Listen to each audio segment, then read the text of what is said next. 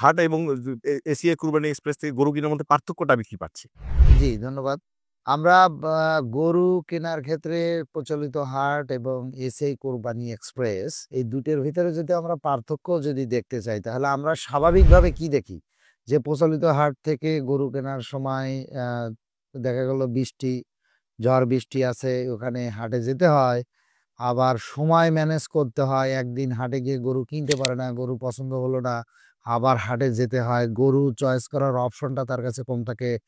আবার দেখা যাচ্ছে যে টাকা নিয়ে গেলে সেখানে আ আ দালালের একটা খপ্পরে পড়ার একটা প্রবলেম থাকে।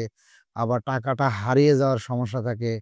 আবার দেখা যাচ্ছে যে গরুটিকে পরিবহন করে বাড়িতে নিয়ে আসা পর্যন্ত ৩-৪ জন লোকের দরকার হয়। এক্সট্রা একটা হাসিল কস্ট থাকে, এক্সট্রা একটা পরিবহন কস্ট থাকে। তো এইটা হচ্ছে স্বাভাবিক। আমরা কোরবানির হাটে আমরা সবার একটা পেইন থাকে যে এই জিনিসগুলো আমাদের কি করতে হবে, এটা আমাদেরকে এই সহ্য করতে হবে। কিন্তু এসিআই আমরা যে কোরবানি এক্সপ্রেস প্রকল্পটি নিয়েছি, এখানে কিন্তু এই ধরনের ঝামেলা থাকবে না। কিভাবে থাকবে না? যে গরুটি যিনি কিনতে চাচ্ছেন, কোন গরু কিনবেন? সেই গরুর জাত, সেই গরুর কালার কেমন, সেই গরুর বয়স কত, সেই গরুর দাঁত কত, সেই গরুর ওজন কত, গরুটিকে কিভাবে পালন করা হচ্ছে, ডিটেইলস একটা ডেসক্রিপশন দেওয়া থাকবে। একজন ক্রেতা ঘরে বসেই যিনি কোরবানি দিতে চান, ঘরে বসেই উনি অনেকগুলো গরু দেখে চয়েস করে উনি গরুটি নির্বাচন করতে পারবেন।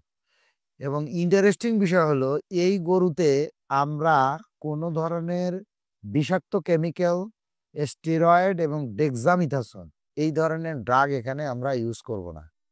আর প্রচলিত বাজারে যেটা হয় সেটা হচ্ছে অনেক অসাধু ব্যবসায়ী গরুকে মোটাতাজা করার জন্য অল্প সময়ে মোটাতাজা করতে গিয়ে গরুকে বিষাক্ত কেমিক্যাল এবং স্টেরয়েড এবং ডেক্সামিথাসোন ড্রাগ ইউজ করে, যেটা মানুষের স্বাস্থ্যের জন্য, হিউম্যান কনজাম্পশনের জন্য হার্মফুল।